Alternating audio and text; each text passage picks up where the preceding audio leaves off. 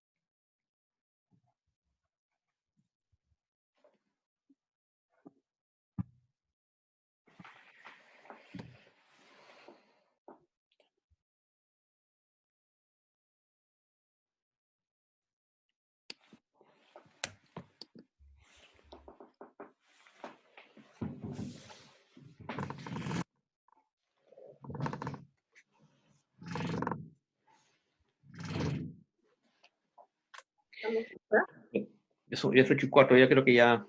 Sí, ya empezamos ya. Sí, sí. Ya. La mitad más ya. Hay que cerrar la votación. Ya. Y la respuesta va a ser al final, ¿no? Sí, mejor. Ya. Entonces ya, empezaremos. Ya. Bueno, buenas noches con todos. El día de hoy, continuando con las reuniones académicas del Instituto Nacional de Oftalmología, en la parte de córnea tenemos el grado de tener a la doctora Gladys Delgado, que pertenece al Servicio de Enfermedades de Córnea y Enfermedades Externas y Cirugía Refractiva del Instituto Nacional de Oftalmología, y a la doctora Kelly Rojas, que es residente de segundo año del Instituto Nacional de Oftalmología. Iniciando las charlas tenemos a la doctora Kelly Rojas, ¿no? A la doctora Rojas. Gracias. Buenas noches con todos. Hoy día vamos a exponer un tema muy interesante que es crosslinking corneal en queratocono. El queratocono es una ectasia progresiva no inflamatoria de la córnea. No inflamatoria entre paréntesis porque se han realizado estudios donde se demuestra que tendría un componente inflamatorio. La prevalencia varía ampliamente porque hay variación también en los criterios diagnósticos. Más o menos se determina que hay entre 50 a 230 por 100.000 habitantes. Se han hecho estudios en Asia y en Oriente donde se demuestra que en ese tipo de población habría más casos de queratocono. Se presentan igual en ambos géneros y la mayoría de los casos son bilaterales, aunque se ha visto, por ejemplo, que en casos que puede haber casos unilaterales, la mayoría de veces cuando se hace el estudio al otro ojo, se encuentra muchas veces queratoconos incipientes. Justamente es por eso la importancia de tomar en cuenta eso, que es bilateral. En la mayoría de los casos hay que hacer estudios en el otro ojo. El crosslinking se presenta como una opción de tratamiento mínimamente invasivo para detener su progresión. Esto es muy importante. Es el único que ha demostrado que sí tiene efectos positivos en lo que es detener la progresión. Entonces, ¿qué es el crosslinking? El crosslinking es la creación de uniones entre las cadenas de polímeros, proteínas u otras moléculas. El crosslinking corneal es el entrecruzamiento entre fibras de colágeno adyacente, o sea, va a crear enlaces covalentes entre las fibras de colágeno. Ocurre fisiológicamente con la edad. Es por eso que, por ejemplo, en mayores de 35 años, las tasas de progresión disminuyen, porque justamente ocurre fisiológicamente. Ya a esa edad, las vías enzimáticas que se utilizan, tenemos a la transglutaminasa y la lisiloxidasa. Y lo que en sí queremos conseguir es el fortalecimiento y la rigidez de la córnea. Todo empezó aquí en Dresden, justamente a eso se le debe el nombre del procedimiento estándar o de Dresden, porque fue aquí donde Spögel y Seiler en 1998 empiezan este estudio donde aplican este tratamiento en 23 ojos, con un tiempo de seguimiento que varía entre 3 meses y 4 años. Entonces, tomaron a pacientes que se demostraba que tenían progresión del queratocono, como acá vemos en el gráfico. Entonces, estos pacientes 6 meses antes se probó que había aumento de la K y se probó como una alternativa de tratamiento para países en desarrollo. Entonces, en el momento de realizar el procedimiento, después en el seguimiento, se vio que la K disminuía o se mantenía en todos los pacientes. Sin embargo, se ha convertido actualmente en el tratamiento estándar para estabilizar el queratocono. Pero, ¿qué requerimos para hacer crosslink? Bueno, lo importante es primero la riboflavina, después los rayos ultravioleta y el oxígeno. Vamos a hablar de cada uno de ellos. La riboflavina es una molécula que pesa 376.46 gramos por mol, con una característica muy importante, que es hidrofílica, cualidad que es muy determinante a la hora de traspasar el epitelio corneal, que como sabemos es lipofílico.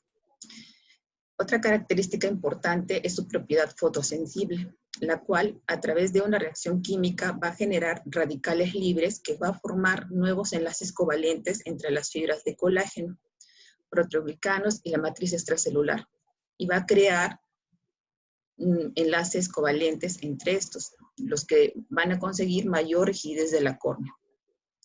La riboflavina además cumple la función de absorber los rayos ultravioleta con el objetivo de proteger las distintas estructuras oculares.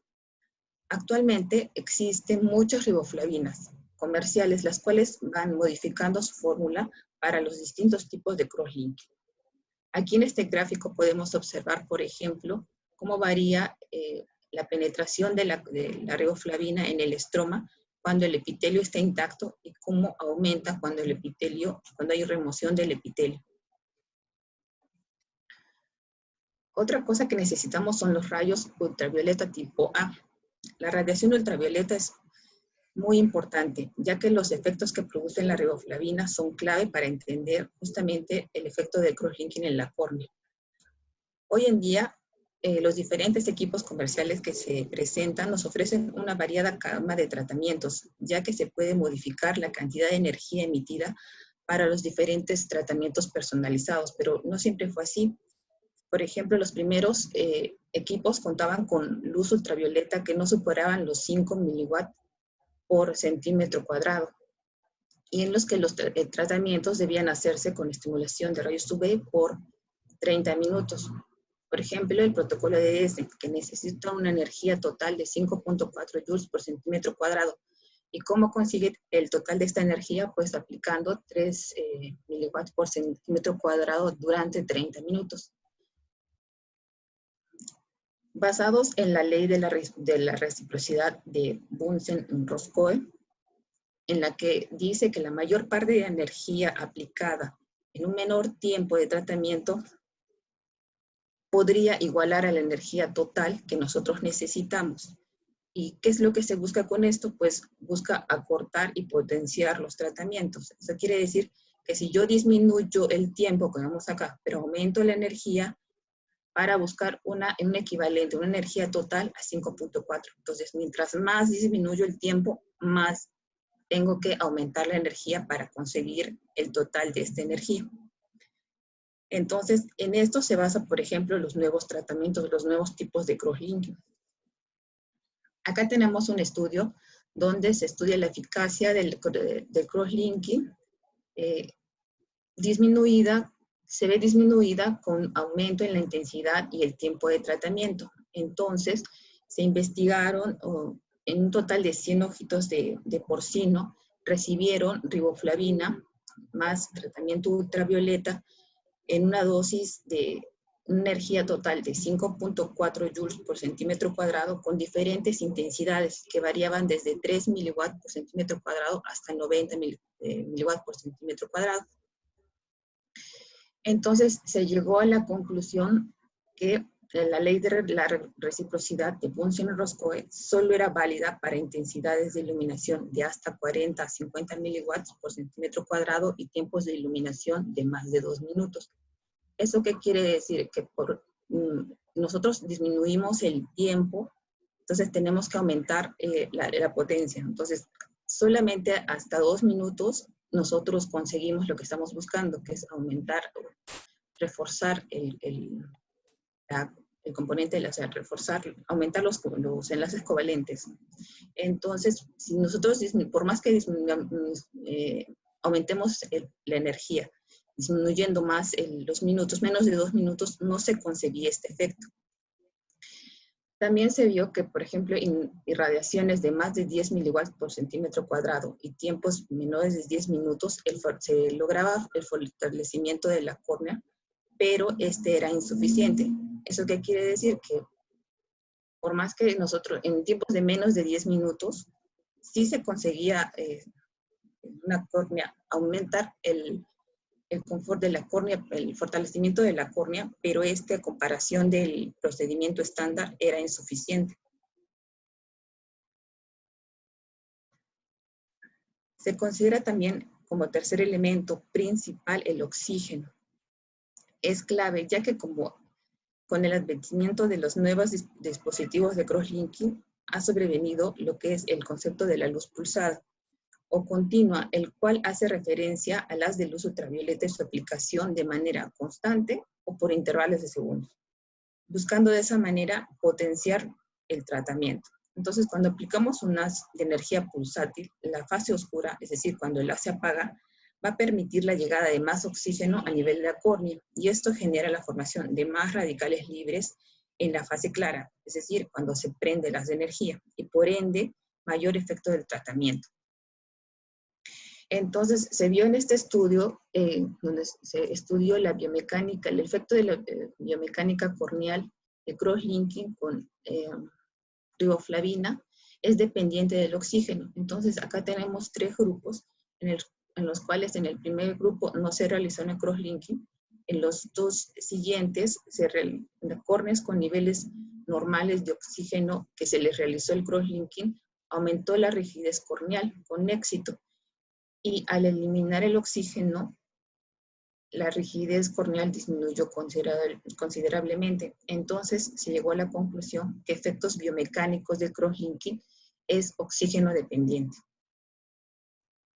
En este estudio se estudió las propiedades biomecánicas de la córnea en los diferentes tipos de radiación de los crosslinking. Entonces, como ya hemos visto, por ejemplo, cuando el tratamiento estándar utiliza 3 miliwatts por centímetro cuadrado por 30 minutos. Cuando nosotros disminuimos el tiempo aumentando la potencia, se ve cómo disminuye también el efecto en la córnea. Entonces, se llegó a la conclusión que un alto consumo de oxígeno por altas intensidades puede ser un factor limitante con disminución en la eficacia del crosslinking. ¿Y por qué se podría producir esto? Porque como disminuye el tiempo del procedimiento, la capacidad de difusión del oxígeno intraestromal también es menos. Entonces, ¿cuál es el mecanismo de acción? ¿Qué hace la riboflavina con la luz ultravioleta? Pues la riboflavina, primero se va a impregnar en la córnea, en los 300 micras más superficiales del estroma anterior. Una vez que se ha impregnado y nosotros aplicamos la radiación ultravioleta, esta va a absorber la riboflavina, en el tratamiento estándar, va a absorber la riboflavina y va a convertirse en riboflavina singlete, que es riboflavina excitada, y riboflavina triplete. Esta riboflavina va a actuar en 2 tipos de mecanismos, el mecanismo tipo 1 o anaeróbico, o en el mecanismo tipo 2 o aeróbico. Aeróbico porque reacciona con el oxígeno triplete que se encuentra en la córnea y va a formar oxígeno singlete, también llamado átomos de oxígeno activado, que forma los enlaces covalentes, ayuda a formar los enlaces covalentes en la córnea.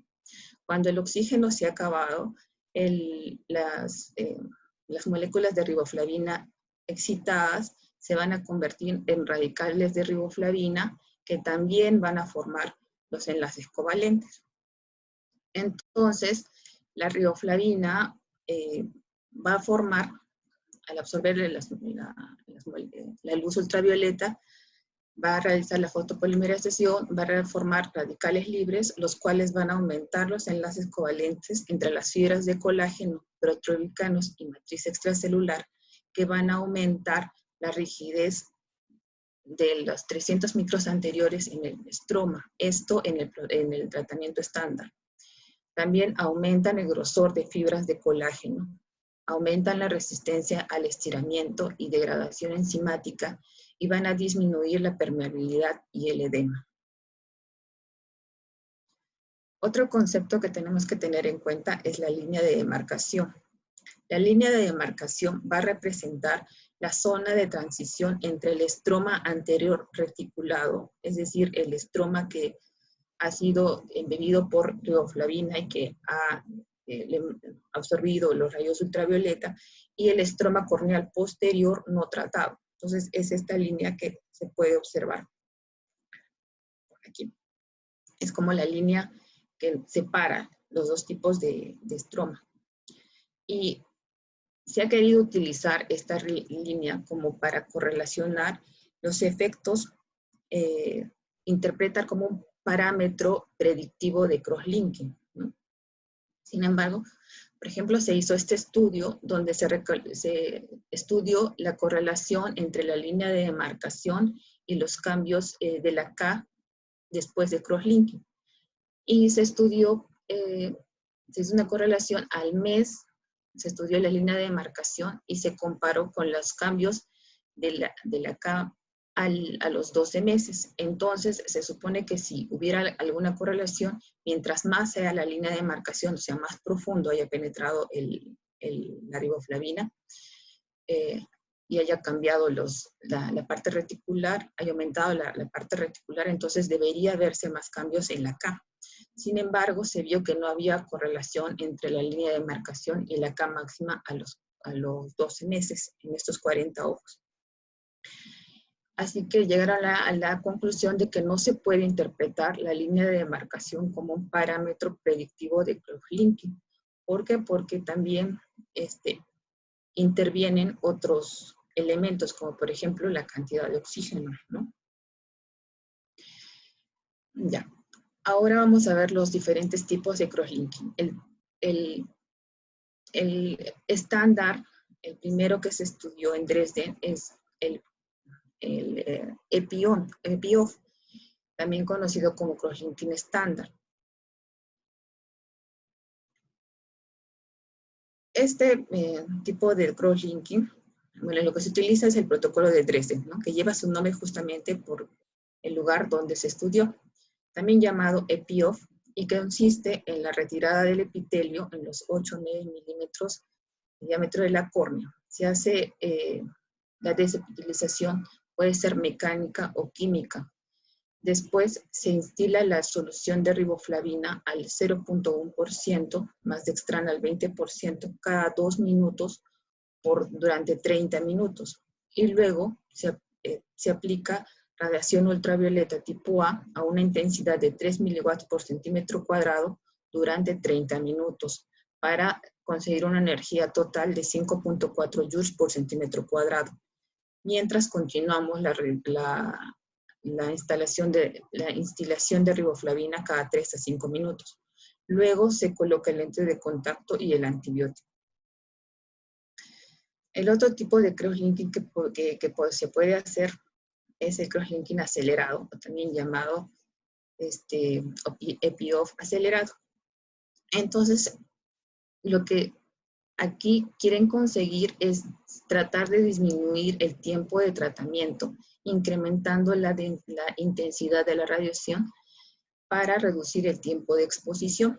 Entonces, es lo mismo que el EPIOF, solo que lo que vamos a hacer es justamente aplicar la ley de Punch-and-Roscoe, que era disminuir el tiempo aumentando la intensidad de la energía. Después tenemos al crosslinking transepitelial o EPION.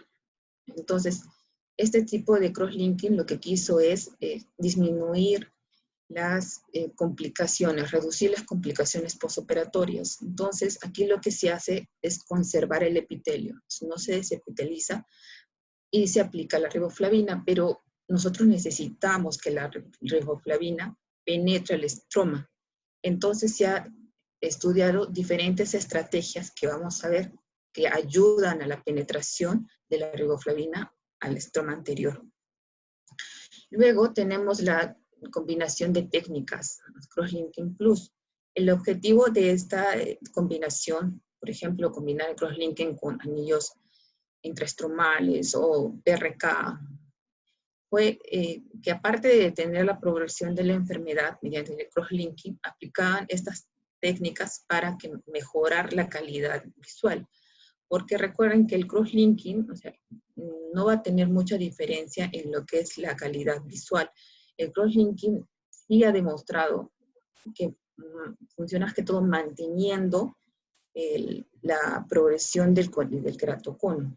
Entonces, justamente se está estudiando este tipo de combinación para que, aparte de tener la progresión, mejore la calidad visual. Este gráfico es muy interesante porque, por ejemplo, aquí vamos a poder observar cuánto penetra la riboflavina. Digamos, por ejemplo, en el tratamiento estándar, o el EPI-OFF, vemos que puede penetrar hasta entre 320 y 350 micras del estroma anterior. En el acelerado puede penetrar entre 300 y 320. Y, por ejemplo, en el crosslinking iontoforético, que también lo voy a explicar, penetra aproximadamente 200 micras, y en el EPI-O menos de 200. Este estudio comparó el crosslinking estándar como tratamiento del queratocono. Es una revisión donde se hizo la revisión de 22 estudios con un tiempo de seguimiento de 6 a 12 meses. ¿Y qué se observó? O sea, comparó el de tratamiento estándar versus el acelerado. ¿Y qué se observó? Se observó, por ejemplo, que en el tratamiento estándar lograba líneas de demarcación más profundas y mayores cambios en la K. Y al final tenía mayor eficacia en el tratamiento. Ambos eran exitosos, pero el estándar demostró mayor eficacia en el tratamiento. Y el acelerado se vio que producía menos adelgazamiento corneal, porque recuerden que igualito, ¿no? O sea, estar el ojo expuesto 30 minutos también disminuye el adelgazamiento. Entonces, el acelerado, estar menos tiempo, produce menos adelgazamiento corneal. El transepiteliar o crosslinking EPI-O. Entonces, recuerden que este tipo de crosslinking, lo único que vamos a hacer es que no vamos a desepitelizar. Y al no desepitelizar necesitamos alguna estrategia diferente para ayudarnos a que la riboflavina penetre en el estroma anterior. Entonces, lo que se ha visto, por ejemplo, es que podemos utilizar riboflavina eliminando el dextrano. Entonces, eso sí ayuda a aumentar la penetración. También utilizando agentes potenciadores como la EDTA, el cloruro de benzalconio. La iontoforesis también ayuda a penetrar la riboflavina. Y la disrupción mecánica. Es lo mismo que el estándar, pero no desepitelizamos. Entonces, se han realizado diversos estudios donde también se han comparado, por ejemplo, el transepitelial versus el crosslinking estándar.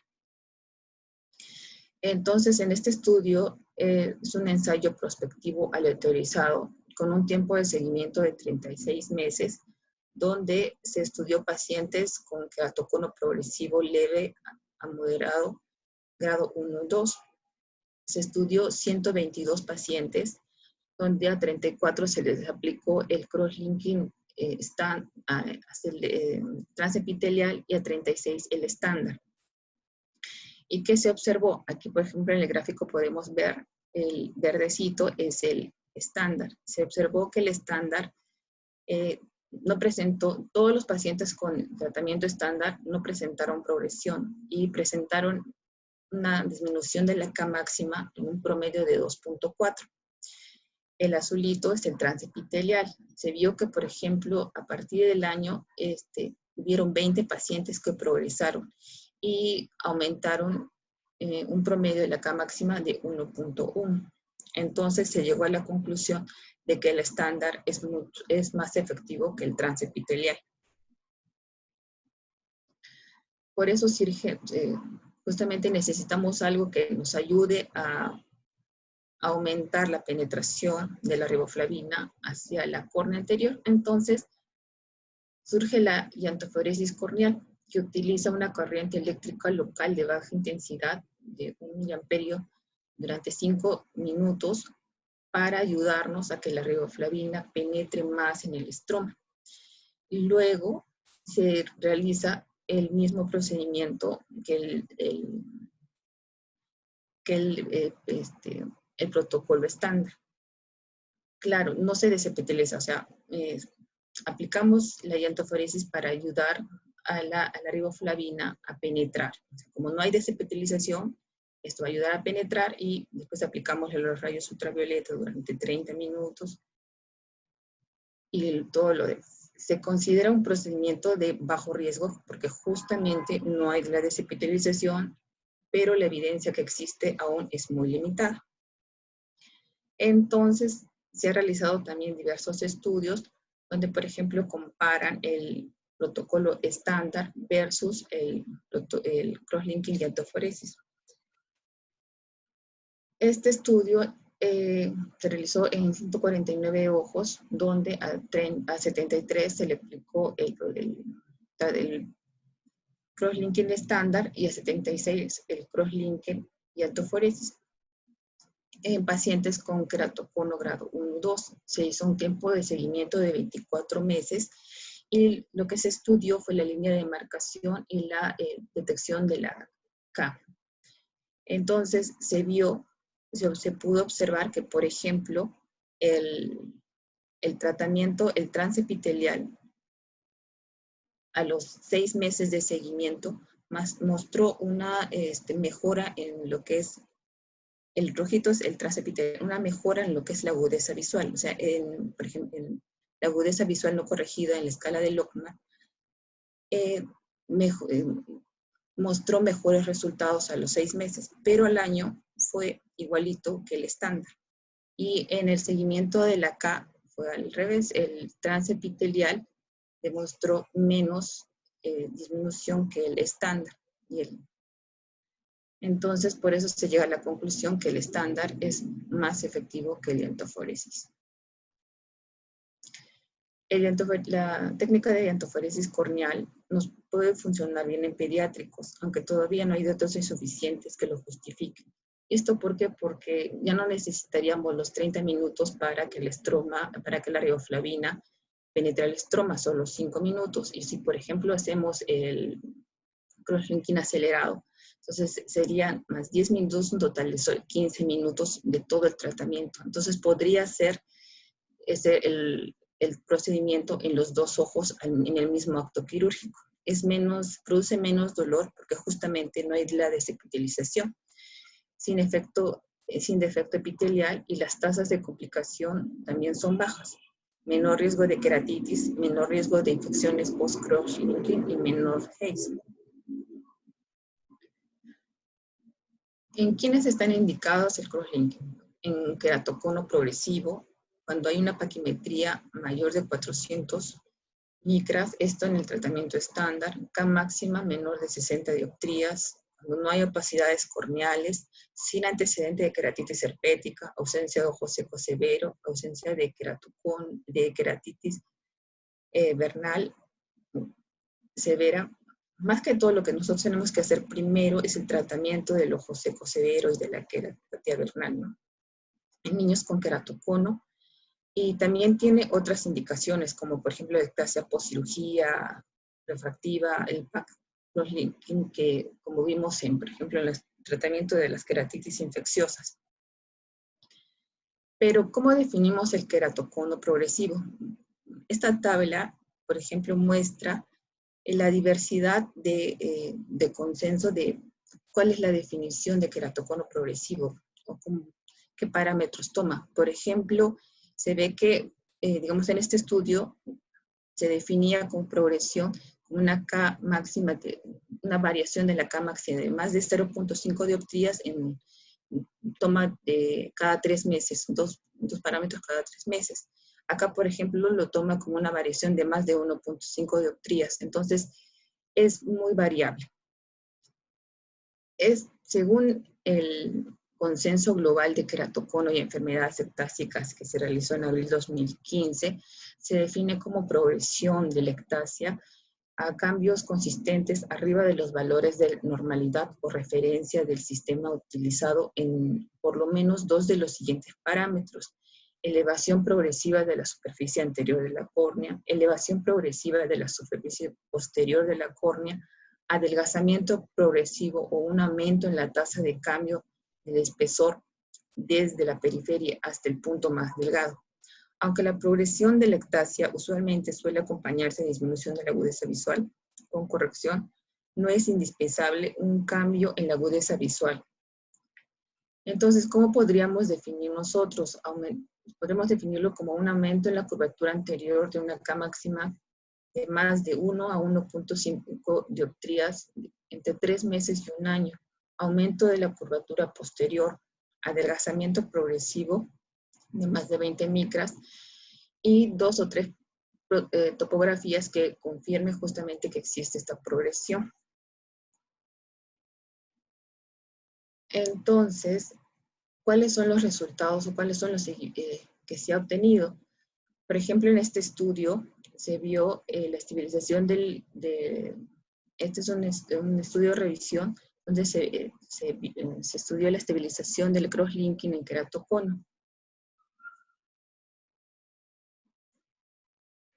Se revisó diversos estudios cuyo tiempo de seguimiento variaban desde 12, 18, 36 meses, y en este estudio más grande que se estudió 100 ojos, se vio una disminución de de 1.03 dioptrías en la K. Entonces, varios ensayos controlados, aleatorizados, han demostrado que el crosslinking puede detener o ralentizar la progresión de queratocono. Sin embargo, la duración de la eficacia de crosslinking aún no se conoce suficientemente. Aún se requieren exámenes de seguimiento topográficos regulares, incluso después del tratamiento. También se ha realizado este estudio crosslinking en pacientes pediátricos con 10 años de seguimiento, y se vio que presentaba, por ejemplo, estabilidad en el 80% a los pacientes sometidos a crosslinking a los 10 años, pero también hubo una regresión del 20% a los 3 años. Entonces, no es un tratamiento definitivo para mantener la progresión del queratocono. Entre las principales complicaciones que podemos encontrar tenemos a la queratitis infecciosa, el retraso en la epitelización, descompensación corneal, el haze y la falla. En esta tabla, por ejemplo, justamente de ese estudio de crosslinking en niños a los 10 años de seguimiento, se vio que el haze desaparecía a los entre los 2 y 3 meses, pero hubo pacientes que inclusive hasta el año, pero todos después del año habían desaparecido. La K máxima, hubo una progresión de la K máxima a los 3 años, ¿no? Justamente en el 20% de los pacientes que necesitaron retratamiento. Entonces, ahora vamos a ver los casos especiales de crosslinking que la doctora va a exponer. Listo, doctora. Dejaste de compartir, ¿no? Sí, doctora. Ya.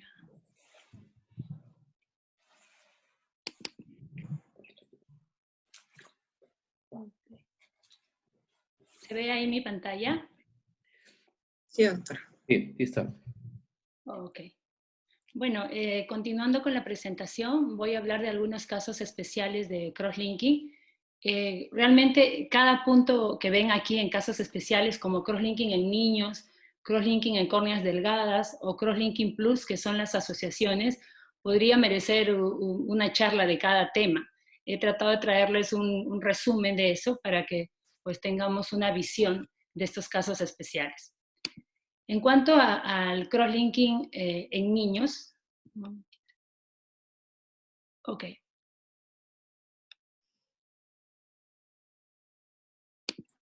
Yeah. En cuanto al crosslinking en niños, sabemos que el queratocono en niños es bastante agresivo, progresa más rápido y pues hacen formas más graves, ¿no? Grado 3, grado 4. Entonces, ¿qué pasa con el crosslinking en los niños? Realmente ha tenido resultados muy buenos. Este es un artículo muy importante de crosslinking en niños y es importante porque tiene un tiempo de seguimiento largo, de más o menos 10 años. Y en este artículo que ya antes se ha mencionado, se evaluó 62 ojos de 47 niños menores de 18 años que tenían una K promedio máximo de 55 dioptrías. O sea, hablamos de queratoconos grado 3, 4, eran realmente queratoconos progresivos, el cual se les hizo un crosslinking estándar, ¿sí? Y se hizo un seguimiento en 10 años. Se vio que en este grupo de pacientes la estabilidad que se alcanzaba con el crosslinking era 80% en esos 10 años de seguimiento. Entonces, dar una estabilidad de 80% es bastante alto y es un resultado bastante bueno. Sin embargo, no es 100%, o sea, sí podría haber regresión en más o menos 20 a 24% de los casos, y esto se presentaba a los 3 años más o menos. Disculpen, ahora sí se ve. La regresión se presentaba más o menos a los 3 años, y eso también se explica porque el colágeno del estroma corneal se renueva aproximadamente cada 2 a 3 años. Entonces, en ese periodo ya pasó el efecto del crosslinking, porque las fibras ya son fibras nuevas, ya no las que se habían crosslinkeado hace algunos años. Entonces, tenemos que estar atentos que la regresión se puede presentar en este periodo, y este estudio lo ratifica, más o menos a los 3 años, en el 20 hasta 24% de los niños.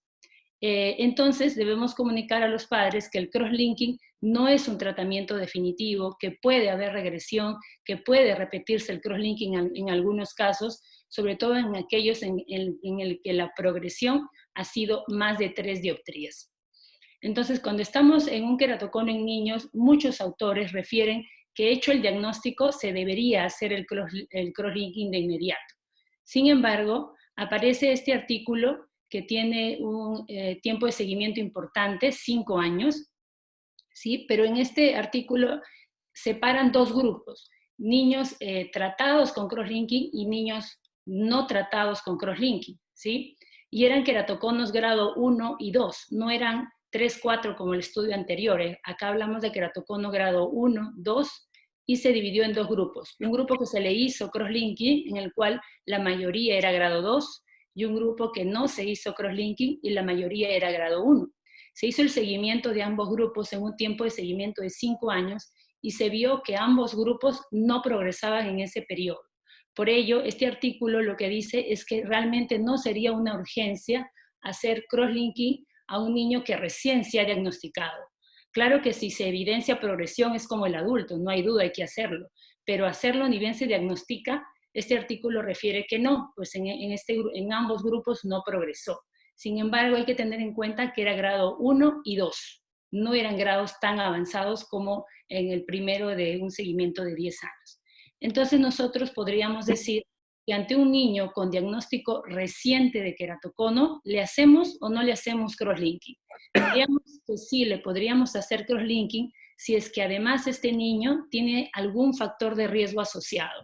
Por ejemplo, que haya rascado, que sea muy joven, menor de 14 años, que tenga una K máxima mayor de 54 dioptrías, que tenga una paquimetría baja, menor de 450 micras, y un dato importante en una realidad como la peruana es que tenga poco acceso a atención médica.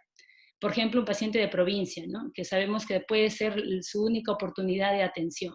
Si el paciente tiene todos estos factores de riesgo presentes, o mejor dicho, uno de ellos ya, deberíamos hacerle crosslinking de frente. Pero si no los tiene, si no hay factores de riesgo asociados, podríamos hacerle control continuo, por ejemplo, cada 3 meses con topografías. Otro grupo especial son cómo hacemos con las córneas delgadas. Sabemos que el crosslinking estándar es que debemos tener por lo menos 400 micras sin epitelio para someter a esa córnea a la radiación, ¿sí? Pero ¿qué hacemos en el caso que no tenemos las 400 micras necesarias? Pues hay algunas opciones. Por ejemplo, este es el protocolo de Jafesi que sacó el 2009, en la cual él a las córneas delgadas, ¿qué les hace? Les aplica una riboflavina hipotónica. Su protocolo consiste en igual desepiteliza, luego le aplica riboflavina isoosmolar. Recordemos que la isoosmolar es la que tiene Dextran al 20%, por unos 30 minutos aplicando la riboflavina cada 3 minutos, y luego comienza a aplicar la riboflavina hipotónica o hiposmolar, que es aquella que no tiene Dextran, y en este protocolo de Jafesi lo que tiene es cloruro de sodio. Se le aplica por 5 minutos cada 20 segundos y le va tomando la paquimetría, hasta conseguir una paquimetría mayor de 400. Si no la consigue en una primera rueda, vuelve a repetir otros 5 minutos hasta conseguir más de 400 micras. Entonces, en este cuadrito vemos cómo antes de sacar el epitelio tenían alrededor de 400 micras, un poquito menos, un poquito más, le saca y baja hasta 325 más o menos, entonces comienza a aplicarle la riboflavina isotónica y vemos que casi no varía el grosor, 30 minutos después casi se mantiene, y luego de ello, para engrosarlo, usa la riboflavina hipotónica sin Dextran hasta conseguir más de 400. Para conseguir esto, en la mayoría de los casos, hizo 2 veces los 5 minutos y consiguió más de 400, y estando ahí ya comienza a aplicarse la radiación UVA. Esto es uno de los protocolos muy usados, incluso actualmente durante la impregnación, cuando aplicamos la riboflavina o la vitamina B2, algunos aplican una solución más hipotónica que sería el agua bidestilada, ¿no? Y esto también engrosaría la córnea para luego someterla a la radiación UVA. Otra forma como podemos afrontar córneas delgadas es usando lente de contacto. Se usaría un lente de contacto, como refiere acá, blando, hidrofílico y sin filtro UV. Tiene que ser blando e hidrofílico para que la vitamina B2 pueda atravesar este lente de contacto. Y sin filtro UV porque tiene que atravesar también la radiación UVA. El lente de contacto lo que va a hacer es proporcionar una capa adicional de riboflavina para que ahí quede parte de la radiación y no llegue totalmente al estroma corneal. Como se ve aquí en la foto, aquí tenemos el lente de contacto y debajo, y en algunos casos encima del lente de contacto, se forma una capita de riboflavina, cosa que a la hora que atraviesa la radiación UVA, parte va a quedar en esta capita y va a llegar menos al estroma que está delgado, ¿no? Pero se ha visto que el efecto mecánico usando el lente de contacto puede ser hasta 1/3 menor que el crosslinking estándar. Además, determinar exactamente el grosor, por ejemplo, de esta capa debajo del lente de contacto no es tan fácil y puede alterar nuestro resultado. Otra opción para afrontar estas córneas delgadas, menos de 400 micras, sería elegir el tipo de crosslinking que me conviene. Por ejemplo, sabemos que el estándar en promedio penetra 300 micras, como se ve aquí. Ese es el estándar, que es 3 miliwatts por 30 minutos. Y nosotros en ese caso siempre pedimos que la córnea tenga 400 porque necesito un margen de seguridad. Sin embargo, si tengo una córnea más delgada, un ejemplo, 300 micras, yo podría hacer un crosslinking que penetre menos. Por ejemplo, que penetre 200 micras, como es el acelerado de 30 miliwatts, que es 3 minutos. Entonces, si penetra 200 y mi córnea tiene 300, mantengo el margen de seguridad. Es simplemente elegir aquel que me conviene de acuerdo a la paquimetría. Pero, disculpen, para elegir esto tendría que estar segura de cuánto penetra cada tipo de crosslinking, que ya está más o menos determinado, pero tampoco es tan exacto, ¿no? Otro tipo especial de crosslinking podríamos decir que son lo que llamamos crosslinking plus. Los crosslinking plus son los combinados o asociados, en la cual asociamos el crosslinking con otros tipos. Por ejemplo, sabemos que el crosslinking, como ya se ha repetido, lo que quiere es detener la progresión, disculpen. El crosslinking lo que quiere es detener la progresión del queratocono y para eso tiene muy buenos resultados. Pero su efecto refractivo o regularizador de la topografía es muy bajo. Para eso, para tener un efecto refractivo, se asocia las otras opciones. Una de las opciones muy controversiales, pero que cada vez se usa más, es la asociación crosslinking con PRK. Y una de las más usadas es crosslinking más segmentos intracorneales. Vamos a hablar un poco de estas. Esta asociación de crosslinking PRK, o sea, estamos hablando de hacer una cirugía refractiva de superficie en pacientes con queratocono. Asocian el crosslinking. Estos son todos los protocolos que se está corriendo de esta asociación. Tenemos que se asocia el crosslinking, en la mayoría de los casos es el acelerado y en algunos casos el convencional, pues igual tengo que sacar el epitelio, entonces o es convencional o es acelerado en la mayoría de los casos. A este crosslinking se le asocia de forma simultánea o secuencial un tipo de PRK. El PRK también puede ser guiado por la topografía, que es uno de los más usados y es el famoso protocolo Atenas, o también puede ser guiado por el componente esferocilíndrico o puede ser guiado por el wavefront. Entonces, cada uno está teniendo resultados muy buenos, todavía no está definido cuál es mejor, pero por ejemplo el de protocolo Atenas está teniendo muy buen resultado, tiene un seguimiento largo y tiene gran cantidad de pacientes al cual se les ha sometido este protocolo. Yo creo que más importante que saber cada protocolo es definir en qué pacientes yo puedo ofrecerles esta asociación de crosslinking y PRK. Y para eso tenemos esto, qué indicaciones o en quiénes puedo indicar esta asociación de crosslinking y PRK. Primero son queratoconos, sí, pero grado 1, 2, no queratoconos avanzados. Paquimetrías, por ende, mayor de 450 micras, pues recordemos que vamos a sacar el epitelio, recordemos que vamos a ablacionar la córnea y encima tenemos que dejar un lecho más de 400 para someterlo luego al crosslinking. Entonces la paquimetría tiene que ser más de 450 micras. La ablación que se hace, y la mayoría recomienda que sea solo 50 micras.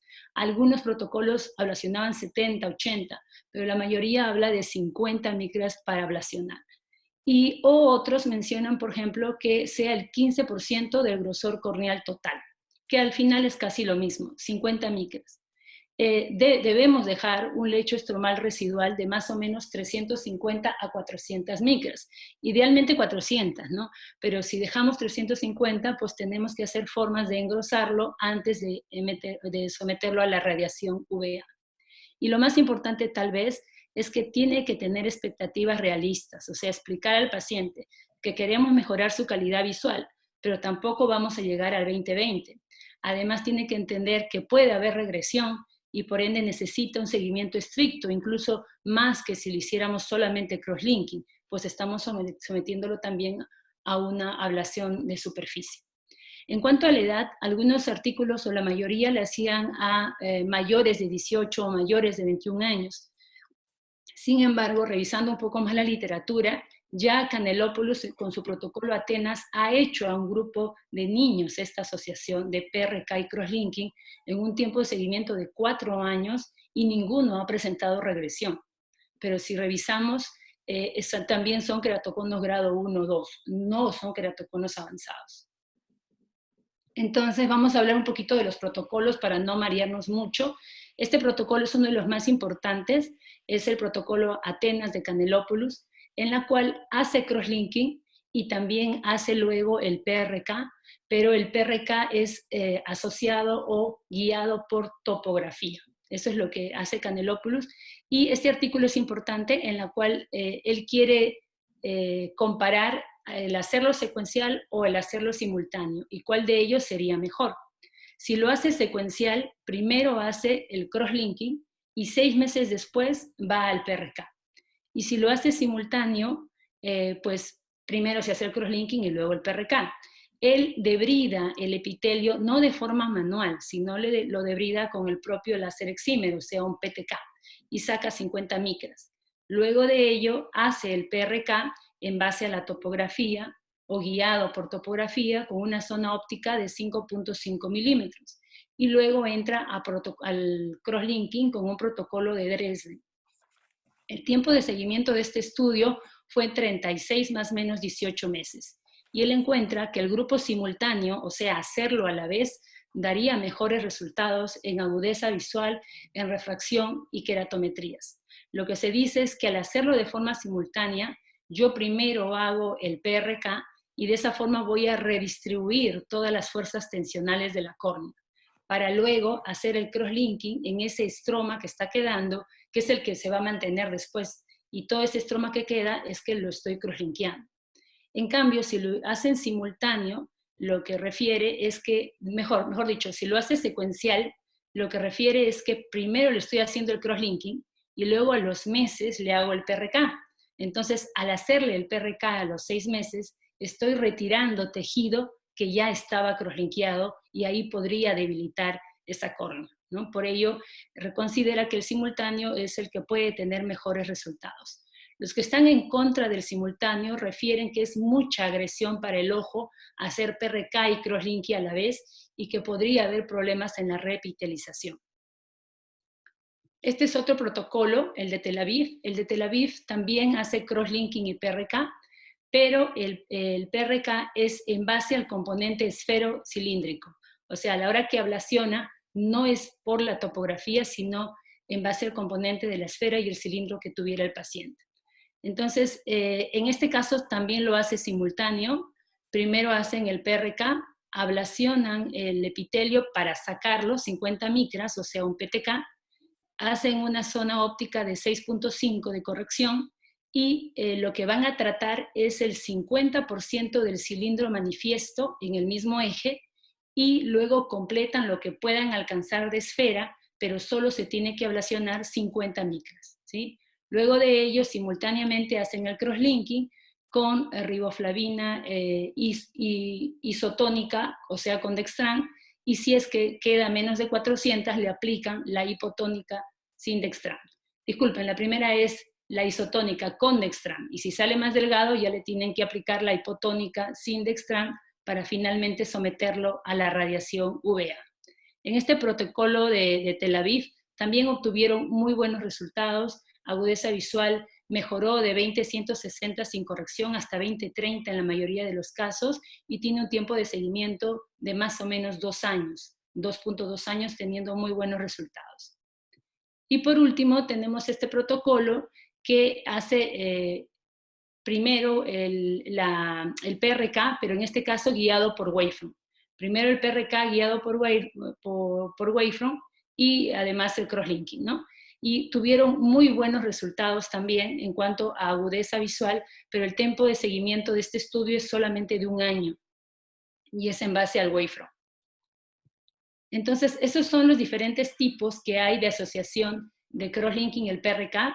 El que tiene más tiempo de estudio y más cantidad de pacientes es el de Canelopoulos, que está teniendo muy buenos resultados y es guiado por topografía. Por último, tenemos esta asociación de crosslinking y segmentos, que tal vez es uno de los más comunes. Si nosotros ya hemos indicado hacer ambos procedimientos, la pregunta ¿es mejor hacerlo junto, hacerlo separado, primero el cross o primero los segmentos? Este es un estudio de revisión que analiza los 3 grupos. Si lo hace junto, si hace primero cross o primero segmentos. Y vio que los resultados eran los mismos en cuanto a este resultado de agudeza visual sin corrección o con corrección, era el mismo en los 3 grupos. Lo único que al hacerlo simultáneo sí encontraba mayor cambio en el componente esférico y también en el aplanamiento. La cama es plana, la cama es curva, se aplanaba más, la esfera bajaba más, pero la agudeza visual y el astigmatismo era lo mismo en los 3 grupos. Entonces, si por ahí podemos hacer simultáneo, podríamos ganar algo más en los pacientes, ¿no? Bueno, como conclusiones, para terminar la presentación, diremos que el crosslinking hasta ahorita sí tiene, y hay bastante evidencia que tiene un efecto estabilizador, incluso en niños, que es un grupo bastante especial porque es más agresivo el queratocono. La indicación de hacer crosslinking definitivamente en queratoconos progresivos y en niños podríamos decir que se puede hacer el diagnóstico, pero si además está asociado a algún factor de riesgo. Es muy importante el oxígeno, ya ha mencionado Kelly de que además de la radiación UVA y la riboflavina, el oxígeno cada vez toma un papel muy importante. El más efectivo de todos los tipos es el crosslinking estándar, eso también está ya determinado. Sin embargo, el crosslinking acelerado está dando también buenos resultados, pero el acelerado de 10 minutos para arriba. Si es menos de 10 minutos, ya un poco baja la efectividad. Dentro de los transepiteliales que ha mencionado, el iontoforético está dando también buenos resultados, está siendo prometedor, sobre todo para niños, pues el tener un periodo más corto, más o menos 15 minutos todo el procedimiento y no sacar el epitelio sería algo muy importante, sobre todo para este grupo etario. Los efectos adversos que se han mencionado son muy controlables, el HACE cada vez es menos frecuente y como ven en ese estudio de 10 años, la mayoría al año ya no había. O sea, la mayoría se presentó a los 2 a 3 meses y al año ninguno hizo Haze. El crosslinking para córneas delgadas sí hay opción, es factible. El más usado es usar pues la riboflavina hipotónica o hiposmolar. En cuanto a crosslinking y PRK, pues aunque antes era muy controversial usarlo, ahorita está tomando bastante auge. Sin embargo, hay que seleccionar bien el caso antes de hacer este tratamiento combinado. Y al parecer el simultáneo podría dar mejores resultados que el secuencial. En cuanto a la asociación de crosslinking y segmentos, también el simultáneo podría dar cierto beneficio, pero en agudeza visual es lo mismo. Bueno, estas son nuestras conclusiones. Si tuvieran alguna pregunta o algún aporte, estamos aquí para responderles. Gracias. Muchas gracias, Gladys, por tu brillante exposición y doctora Kelly Rojas también. Creo que primero pasaremos, Gladys, a responder las preguntas que los que hicieron en la claro. Ya. Y después procedemos a las preguntas del público. Doctora Deja de Rojas. compartir, ¿no? Sí, deja de compartir para que la doctora Rojas pase. ¿Quién va a responder? Doctora Rojas, ¿no? Sí, y yo le voy a aportar. Ya dejé de compartir, ¿no? Sí. Excelente.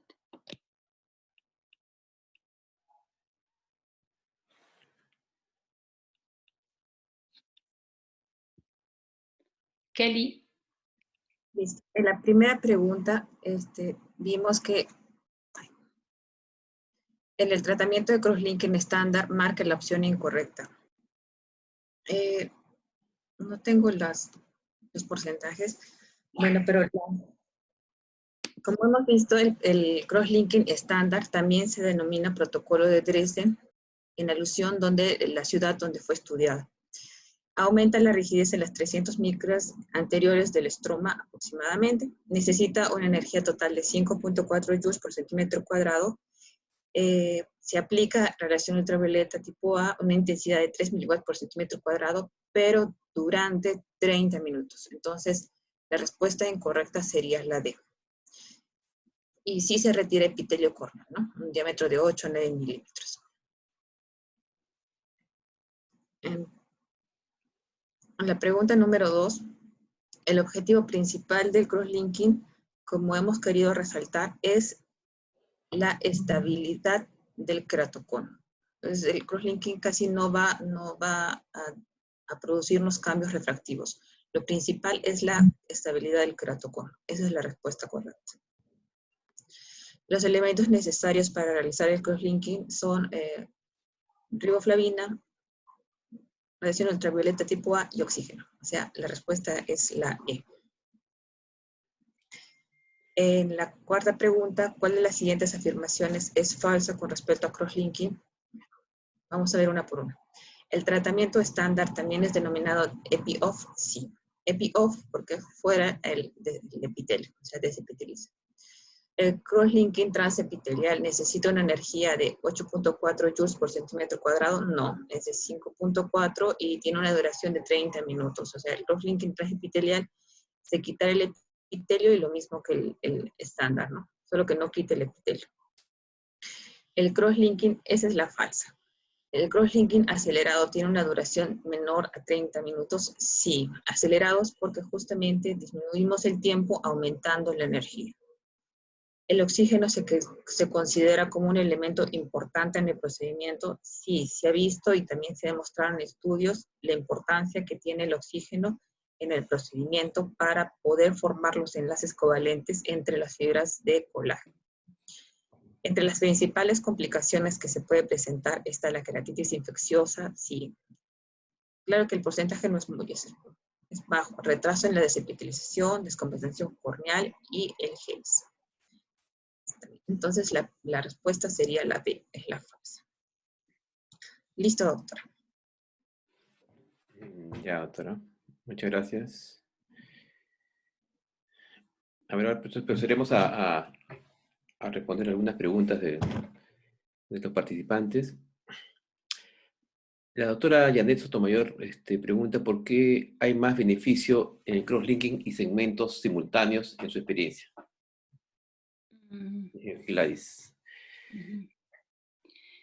En ese artículo de revisión lo que menciona es que realmente lo que más nos interesa, que es la agudeza visual, es la misma en los tres grupos, no hay diferencia estadísticamente significativa, sino que refieren, pues, lo que sí hay diferencia es en que aplana un poco más, pero la agudeza es la misma. Entonces, si es que pueden hacerlo juntos, pues podría ganarse este plus de repente de aplanar algo más, pero eso no se traduce en agudeza visual. Al final, la agudeza sin corrección y con corrección en los tres grupos no hubo diferencia estadísticamente significativa. Sin embargo, yo considero que de repente el hacerlo junto, pues aplanará más porque estás combinando efectos, ¿no? Por un lado, un efecto mecánico por los anillos y otro, el efecto químico que tiene el crosslinking, ¿no? Y los dos a la vez podría potenciarse en el aplanamiento, ¿no? Porque lo que se refería, y a veces algunos mencionaban, es que si nosotros primero colocábamos el anillo, por ejemplo, pues el efecto mecánico iba a ser mayor porque lo estás haciendo en una córnea todavía blanda y no crosslinkeada, más dura, que si yo hubiera hecho primero el cross. Por eso que consideraban que de repente poner anillos primero iba a obtenerse mejores resultados. Sin embargo, en este estudio de revisión encontraron lo mismo en agudeza visual. Entonces, yo diría que al final, siendo prácticos, la agudeza es la misma, pero si quiero aplanar un poco más, de repente para que use un lente un poco más delgado, ¿no? Hacerlo junto, y esto me imagino que se potencia entre el efecto mecánico del anillo y el efecto químico o fotoquímico del crosslink. Ya. Muchas gracias, Gladys. ¿El doctor Mesías quiere hacer un comentario? Sí, doctor Mesías. Primero quisiera ¿qué cosa es estabilizar? El término ¿qué cosa es estabilizar? ¿Cuánto rango considera un niño hasta los 18 años? O sea, niños, es el mismo tratamiento en un niño de 5, 10, 15 o 18 años. Si hablamos de niños, y ¿en qué idea queda el desplazamiento de la pared posterior, que es uno de los puntos más grandes que se tiene para el diagnóstico de queratocono? ¿Okay? Mientras piensa su respuesta, quizás también la combinación de anillos con crosslinking, bueno, quizás acá va a venir la controversia que vamos a conversar después de su respuesta. O sea, ¿qué cosa es estabilización? En que los niños de 5 años, 10 años, 15 años, 18 años, y qué pasa con desplazamiento de la pared posterior.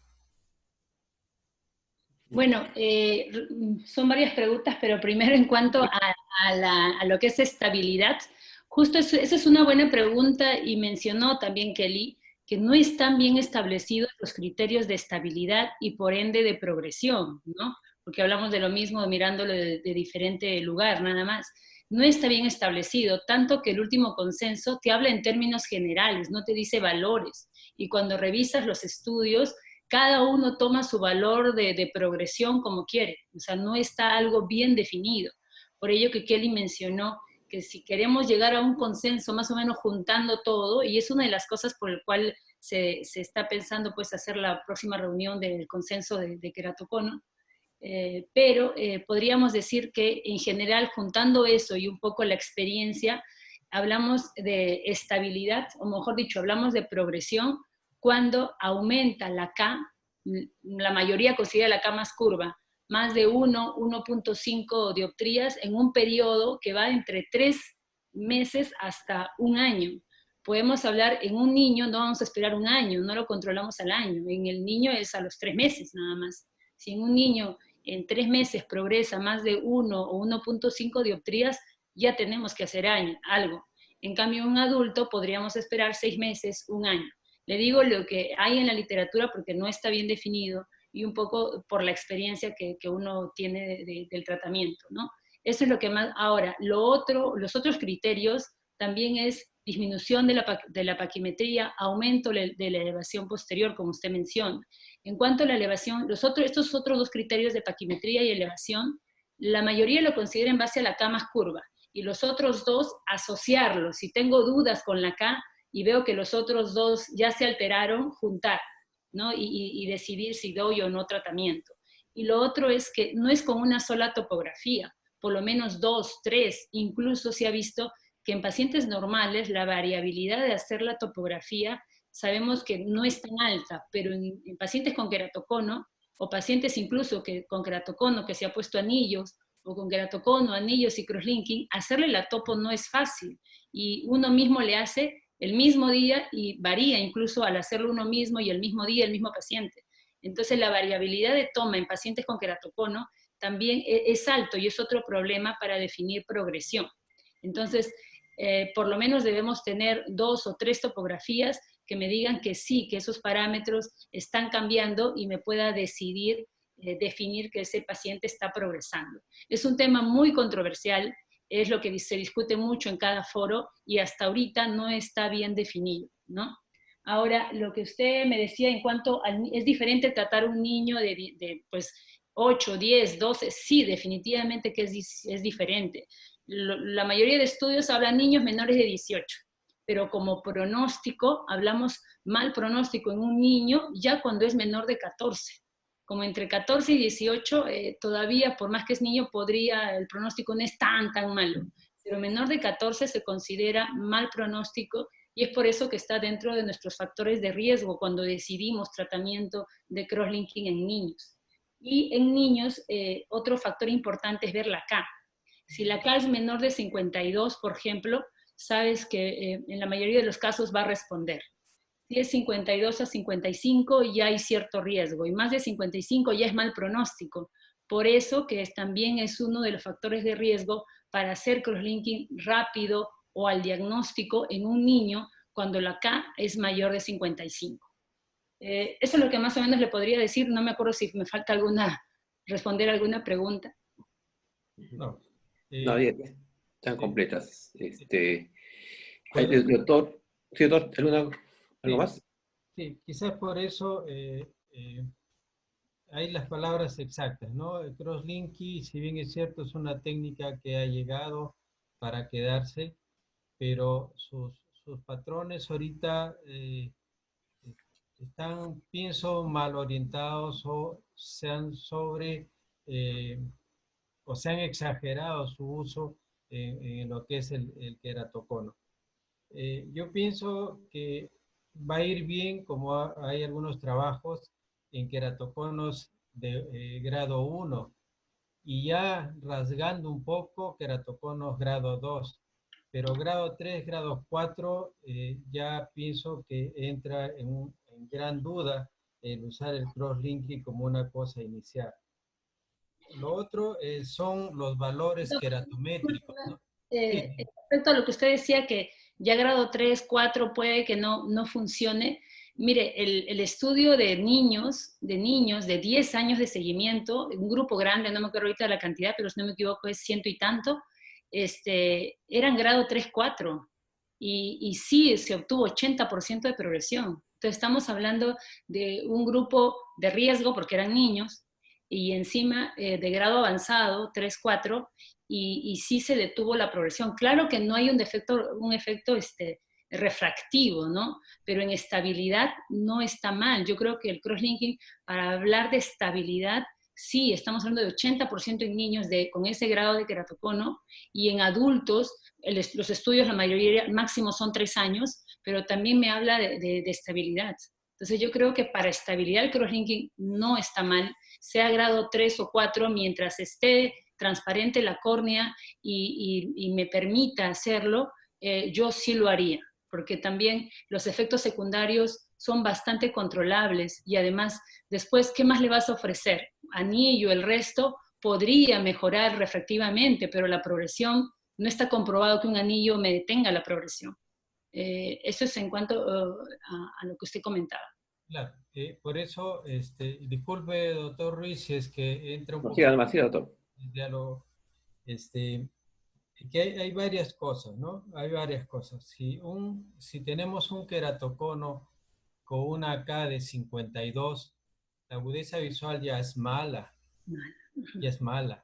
Entonces, hablar para estabilizar una córnea con una agudeza visual mala, bueno, ¿lo hago o no lo hago? Señora, voy a hacerle su tratamiento con CrossLink a su hijito, pero va a seguir viendo mal. Entonces, unas ideas que pretendo conseguir, ¿no? ¿Por qué? Porque se le da un poquito de más valor comparando con los anillos. Y yo ya vengo haciendo seguimiento a los anillos hace mucho tiempo, inclusive presenté la primera casuística en Arequipa, en un congreso, o sea que mire cuántos años atrás, ¿okay? Donde los cambios queratométricos se dan grandemente, ¿ok? Mientras que en el CrossLink se mantiene, los anillos bajan la queratometría, ¿ok? Y favorecen después que uno pueda ayudarlos con otra cosa para que mejoren su visión. Lo que no pasa si yo estabilizo con el CrossLink, porque va a seguir, le ponga lo que le ponga, salvo que ya venga pues los lentes especiales, principalmente los lentes esclerales y un poco los ROSE-K para ayudar, pero si no es difícil, ¿ok? Entonces, y lo otro, y termino con esto, la combinación de anillos con CrossLink, ¿qué hago primero, qué hago después? Si yo sé que los anillos me van a dar respuesta más estable después que yo he puesto los anillos, la estabilidad que va a tener la córnea es pasado los 6 meses e inclusive hasta el año. Entonces, ¿cómo puedo yo, entre comillas, voy a cortar ese cambio al endurecer la córnea? Porque yo necesito que cambie la estructura, que es la idea fundamental de los anillos, cambiar la estructura. Y si eso me va a valer gracias a que la córnea todavía lo va a permitir. Pero si la enduro, ni bien le pongo los anillos, no sé hasta dónde voy a poder lograr alcanzar lo que yo me propongo. ¿Okay? Entonces, la idea fundamental es que en mi trabajo es CrossLink para favorecer a los queratometrías bajas, ¿no? Queratoconos que grado 1, llamemos así, y no hago combinaciones de inicio entre anillos más CrossLink. Hago primero anillos, espero, si encuentro algún cambio que quiera, ahí sí ya le pongo. Más aún que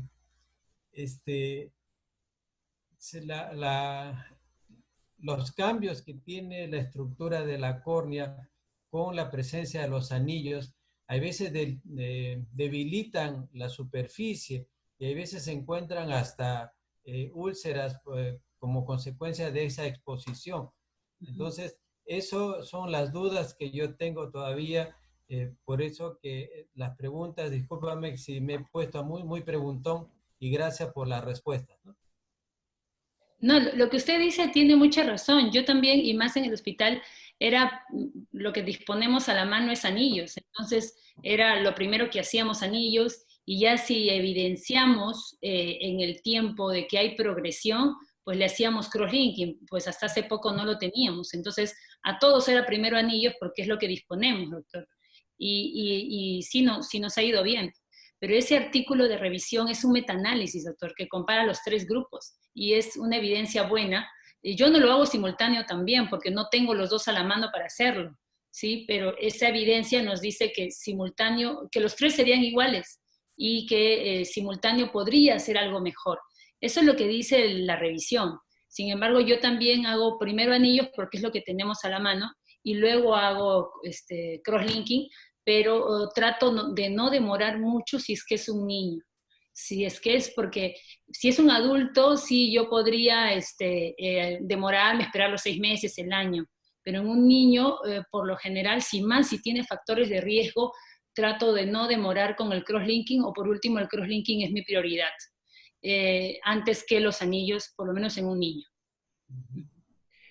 Bueno, eso siempre ha sido controversia, ¿no? De hace años, cuando salió el crosslinking. Los que ponen anillos y los que usan crosslinking, siempre ha sido cierta controversia cuál es mejor y cuál es el primero, ¿no? Bueno, en el hospital recién, a partir de este año, tenemos el crosslinking y veremos con nuestra experiencia a partir del otro año, me imagino, ¿no? Cómo nos irá. Yo Bueno, creo seguimos que con las preguntas. uno sea mejor que otro, sino que cada uno tiene su objetivo, ¿no? En el caso del cross, la estabilidad, y en el caso del anillo, objetivo refractivo. En un niño lo que voy a querer sobre todo es estabilidad, entonces esa es mi prioridad. Y el componente refractivo lo puedo corregir de muchas formas. Y si, por ejemplo, después hago los anillos, el colocar anillo en una córnea ya endurecida, en teoría tendría menos efecto, pero ya hay revisiones que dicen que es lo mismo. Entonces, cada uno tiene el objetivo y hay que seleccionar de acuerdo al paciente que tenemos enfrente, creo yo. Claro, pero también hay gente que habla que el anillo estabiliza también en unos años, ¿no? Sí, eso es la tendencia, que dicen que podría, y ese es, Merayo está haciendo un estudio al respecto de eso, ¿no? Que el anillo podría estabilizar, pero la evidencia hasta ahorita es que el crosslinking estabiliza y el anillo todavía está en estudio, ¿no? Ujú. Pasamos a la siguiente pregunta. El doctor Carlos Aznarán pregunta, ¿sería útil clínicamente realizar protocolos acelerados con poder total de 7.4 joules por centímetro cuadrado para mejorar la efectividad, como en el estándar, como en algunos estudios? El estándar no es 7.4, es 5,4. No, para mejorar la estabilidad como en el estándar, dice. Si usa 7.4. Ok. Mira, supuestamente el estándar es 5.4 y uno va cambiando tiempo e intensidad de acuerdo a los diferentes protocolos.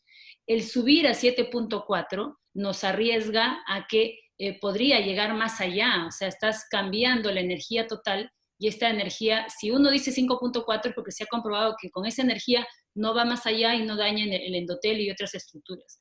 Con 7.4 hay cierto riesgo que pueda dañar otras estructuras. Sin embargo, el protocolo, los últimos crosslinking, los personalizados o customizados que dicen, están cambiando ya esta energía. Lo cambian, pero usan esta energía o suben la energía cuando el K es más curvo. En el área que el K es más curvo aumentan y en el área que es menos curvo lo bajan. Y ahí solamente he visto en ese tipo customizado que están cambiando la energía, que ya no es 5.4, sino que la están subiendo de acuerdo a la K, más que la pequimetría de acuerdo a la K. Y según lo último, nosotros no tenemos ese equipo, yo tampoco lo he usado tampoco, dicen que no hay daño endotelial, pero es el único donde he visto que están cambiando esta energía total, que ya no es 5.4, sino un poco más, 6, 7, para ese tipo de tratamiento customizado. Pero podría arriesgar el endotelio, en teoría. Claro, ¿no? Siempre ese es el riesgo de usar mayor cantidad de energía.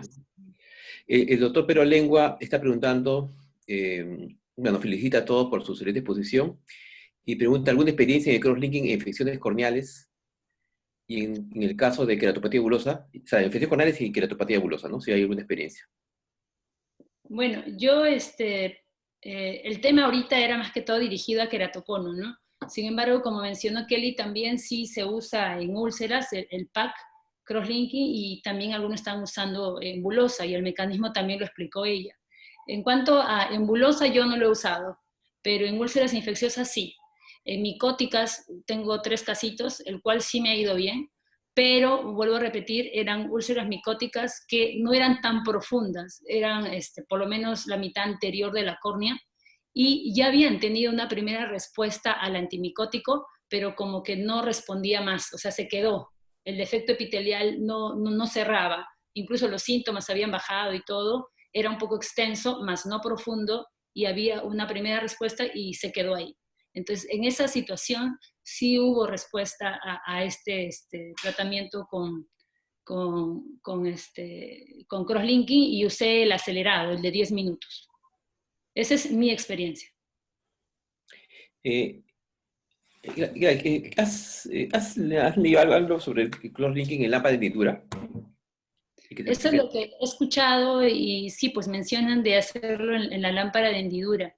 Yo lo veo un poco arriesgado, por más si es con un queratocono. Las infecciones por crosslinking cada vez son menos, casi ya no se presentan, eso sí hubo, y yo creo que actualmente no hay, porque se toman todas las medidas de asepsia necesarias, o sea, hacerlos en sala, hacerlos con todas las medidas que requiere, como un tratamiento quirúrgico, aunque sea superficial, como si fuera intraocular. Eso ha disminuido mucho, hasta casi nulo, las infecciones. Hacerlo en lámpara de hendidura, a mí particularmente me parece un poco o bastante arriesgado, ¿no? Pero sí he escuchado que hay un doctor, creo que no me acuerdo en qué parte del mundo, que está haciendo en la lámpara de hendidura, y yo no le encuentro el plus de hacerlo en lámpara de hendidura. Claro, es un equipo más portátil en todo caso, ¿no? Que aparentemente es mucho más fácil la aplicación, ¿no? Que se Pero, adapta a la lámpara, ¿no? Y lo puede llevar a todos lados. No sé bien no, cómo funciona un poco, los equipos ahora, bueno, excepto el que ya los más actuales, pero sí, los otros equipos también son muy portátiles. Yo tengo un equipo muy portátil, por ejemplo, o sea, no me parece. imagino que vas a todos lados con tu equipo. Bueno, ahora el doctor Joseph Chipana pregunta, ¿qué opina de crosslinking personalizado a zonas más débiles de la córnea?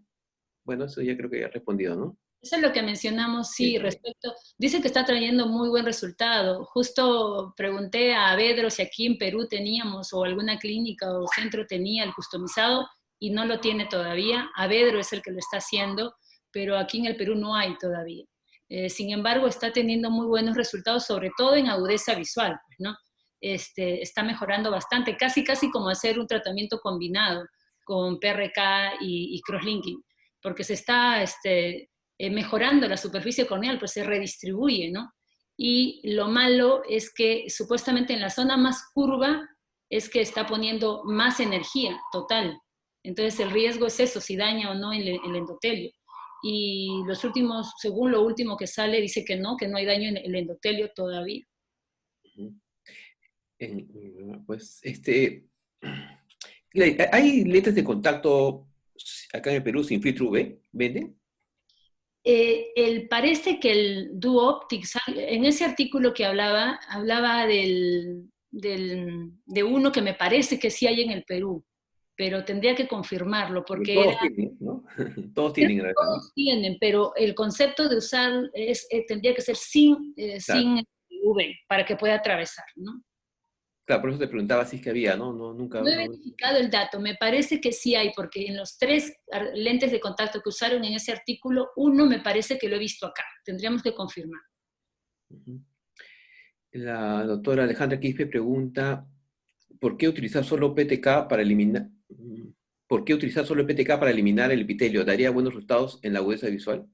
Es una muy buena pregunta. Yo también dije, o sea, porque te aumenta costos, ¿no? Que lo saco manualmente o le hago PTK, te aumenta costos el hacerlo a PTK porque lo haces con el láser excimer. Y sí hay un estudio, el estudio de Creta, que compara el hacerlo manual y el hacerlo con PTK y encontraron mejor resultado visual, o sea, en agudeza visual, haciéndolo con PTK, con el excimer. Y la explicación es que con el excimer vas a sacar 50 micras de forma regular, tanto en el centro, que suele tener un epitelio más delgado, como en la periferia, que suele ser un epitelio más grueso. Al sacar 50 de forma regular, ya estás remodelando la superficie corneal anterior. En cambio, si lo saco manual, voy a sacar menos epitelio en el centro, más en la periferia, y sigue siendo irregular. Por ello que sí, este protocolo de Cretanes ha visto que con PTK hay mejores resultados visuales. Y cuando hablan de la cirugía combinada, la mayoría lo hace con PTK, luego el PRK y luego el crosslinking. Ya, muchas gracias. Acá el doctor Francisco Fireneo pregunta, ¿hay melting? No sé a qué se refiere, imagino que se refería si es que haces tratamiento de las zonas más débiles de la córnea, ¿no? No sé a qué se refiere el doctor Fireneo. En la zona, de repente mucho adelgazamiento se referirá. Claro, a la parte, se supone que cuando la córnea es muy delgada, imagino que sí puede producir melting, imagino el crosslinking, ¿no? Pero para eso lo ideal es siempre hacer la paquimetría intraoperatoria, ¿no? Uno siempre antes de someterla a la radiación, al UVA, tiene que asegurarse que haya más de 400 micras. Y si no las hay que engrosarla, pues, ¿no? Para eso hay diferentes formas, ¿no? O por último, lo que se mencionaba era usar protocolos que sabes que van a penetrar menos y por ende vas a arriesgar menos, ¿no? Doctora, Acá dice, disculpa, Jorge. sí, doctor, sí, siga, doctor Mesías. Eso también no entiendo, ¿no? Voy a engrosar para el procedimiento, pero una vez que se va el efecto de la riboflavina hiposmótica, la córnea va a regresar a su estado y va a regresar en qué circunstancias, porque voy a hacer 400, 450 en gordito nada más, la he hinchado para hacer el crosslinking, pero ¿qué pasa cuando se va el efecto? ¿Con cuánto de córnea queda? ¿Con cuánto de efecto va a quedar? Eso es lo que no le entiendo. ¿Por qué? Porque de repente al engrosarla, teóricamente o aparentemente no va a llegar a lesionar el endotelio, pero no sé cuál va a ser su efecto, porque ya va a encontrar dos tipos o calidades, llamemos así, de córnea en ese paciente. Va a tener que hincharla, va a tener que, entre comillas, hacer las características de un edema corneal para hacer eso. Entonces no sé cómo queda después, ¿no? Eso no logro entender hasta ahorita, hincharla y después ¿qué?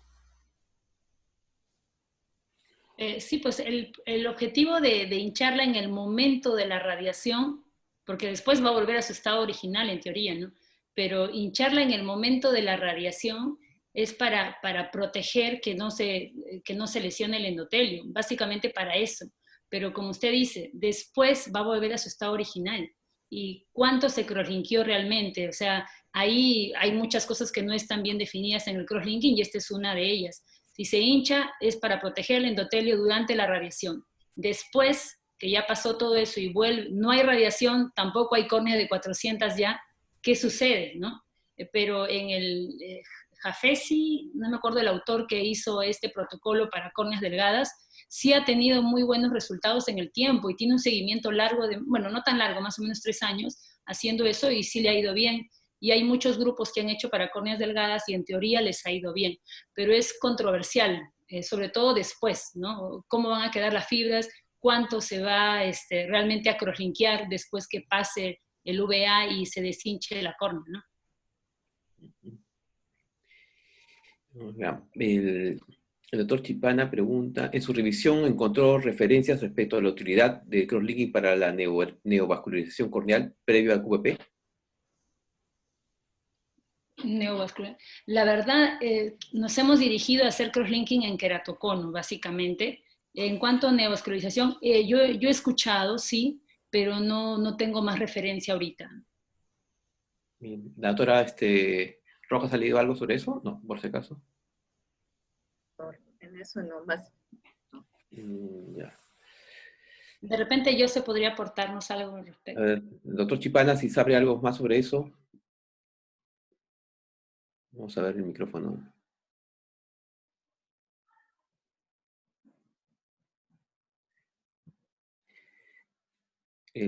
Bueno, hasta que se conecte. Acá el doctor Francisco Cirineo se refería que antes se hablaba mucho había mucho muchas necrosis corneales, ¿no? Con el crosslinking. A eso se refería el doctor Cirineo, ¿no? Era por la cantidad de luz UV que se reportaba en los inicios de la técnica, ¿no? A eso se refería él. Ok.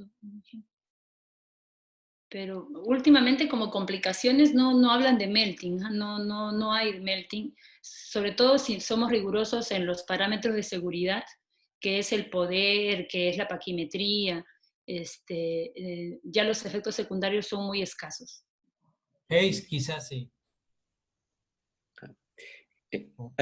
Doctor Chipana, ¿tiene algún comentario sobre, o ha leído usted algo más sobre eso?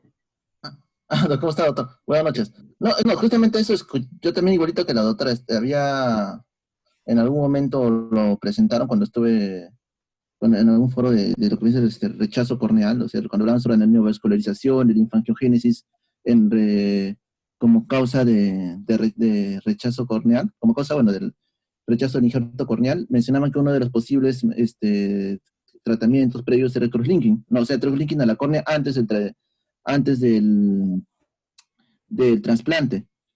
Bueno, como te decía, yo tenía entendido que sí se había hecho experimentos en ratas, ¿sí?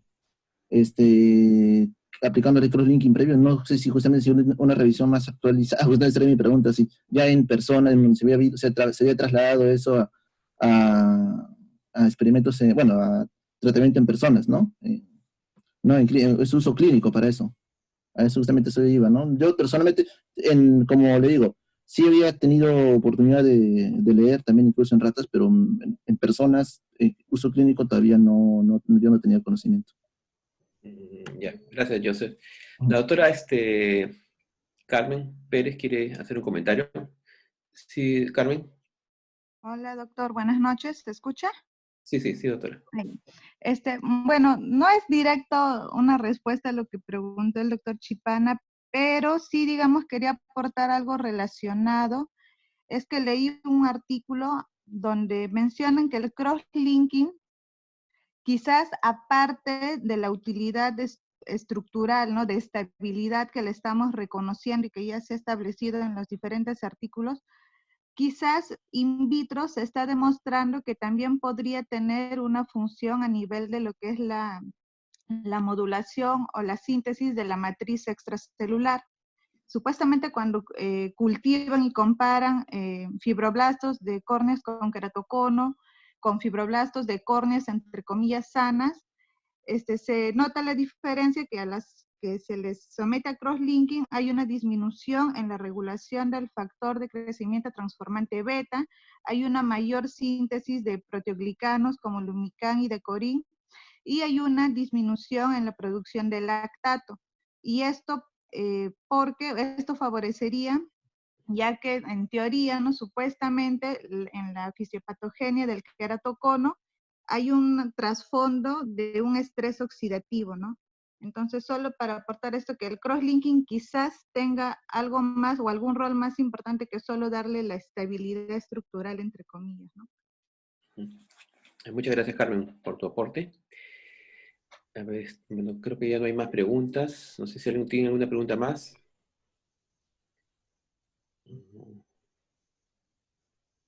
Gladys, ¿cuántas veces se puede aplicar crosslinking en niños? Tú decías que a los 3 años se remodelaba todo y otra vez era como que se perdía su efecto, ¿no? ¿Cuántas veces se puede hacer en un niño, o has leído tú, o has hecho, o has repetido en niños crosslinking? Según este artículo de 10 años de seguimiento, ellos repitieron, si no me equivoco, 3 o 4 niños a los 3 años. Y fueron 2 veces nomás. O sea, en ese artículo solo 2 veces ha habido en 3 o 4 niños y a los 3 años. Yo he repetido a un paciente, pero que no era niño, ¿sí? Pero el primero, la duda era que él me decía que le habían hecho. Y él estaba seguro que le habían hecho y me trajo un informe que sí le habían hecho, y en la evaluación yo veía esos signos que se ven como unas estrellitas en la córnea, pero así exagerando, realmente no notaba algo no era algo muy evidente, pero él decía que sí le habían hecho, era hace como 5 años, y yo en los controles sí evidencié que estaba progresando. Lo que sí me aseguré es que se tome varios, porque él me decía que sí le habían hecho y ya tenía como 20 y pico años el paciente. Y en ese paciente yo le he repetido. Pero todavía tenía buen grosor, no tenía Hayes, no tenía opacidad, o sea, se podía repetir en ese paciente. Y en este otro artículo fue 2 veces en ese grupo de pacientes, pero no le repitió a los que habían, no a todos los que habían progresado, o sea, no todos los que tenían más de 1 dioptría según ellos, sino solo aquellos que habían progresado más de 3. A ellos les repitió, no a todos. Ya, muchas gracias. No sé si tienen comentarios finales, no hay ninguna pregunta más. Bueno, básicamente en crosslinking hay muchas cosas que no están bien definidas todavía. Hemos tratado de traerles conclusiones, muchas cosas definidas. Lo que yo podría hablar del crosslinking es que sí es estabilizador, su tasa es bastante alta de estabilidad, incluso en niños llegando a 80%, y decirle eso a un padre realmente sí les ayuda mucho. y las otras opciones no es que sean malas, sino que cada uno tiene su lugar y hay que elegir de acuerdo al paciente que tenemos enfrente. Muchas gracias Gladys. Doctor Mesías, ¿algún comentario más para terminar la charla? Yo creo que tenemos la oportunidad ahora que ya vamos a tener el equipo en el hospital y una vez que los que puedan sobrevivir puedan hacer las cosas. ¿No? Pero en cuestión de anillos, yo sí tengo ya la experiencia de los cambios y los cambios para mejor, o sea, baja la queratometría, baja el defecto refractivo, baja la miopía, baja el astigmatismo. Entonces son cosas que sí, decirte cuánto sí sería mentirte, porque decirle al paciente te va a bajar 5 dioptrías, 6 dioptrías es una mentira tremenda, porque a algunos nos ha bajado 3 y a otros nos ha bajado 8 o 10, ¿no? Entonces, por ahí tampoco decir que las cosas es muy fácil de definir. Y ahora con el crosslinking, pues, o con la experiencia que Gladys nos ha ganado con el crosslinking, que es muy importante, podamos evaluar los resultados que ella ya tiene y poder presentarlos de repente ya en otra oportunidad, y dando nuestras experiencias, nuestros logros hasta el momento, y de repente pues le cambiamos las ideas al Caractopoulos y arreglamos algo más. Listo, y muchas gracias, de verdad. Gracias también. Muchas gracias, doctor Mesías. Entonces damos por terminada la charla. Muchas gracias Gladys y Kelly por su excelente exposición. Y nos estaremos viendo hasta la siguiente charla, ¿no? Creo que es el próximo lunes. Bueno, muchas gracias a todos. Gracias, buenas noches. Gracias. Chao. Gracias. Chao, Gladysita, chao. Gracias. Hasta luego. Chao, hasta luego a todos. Gracias. Chao, Kelly. Hasta luego, doctor. Hasta luego, doctora. Hasta luego.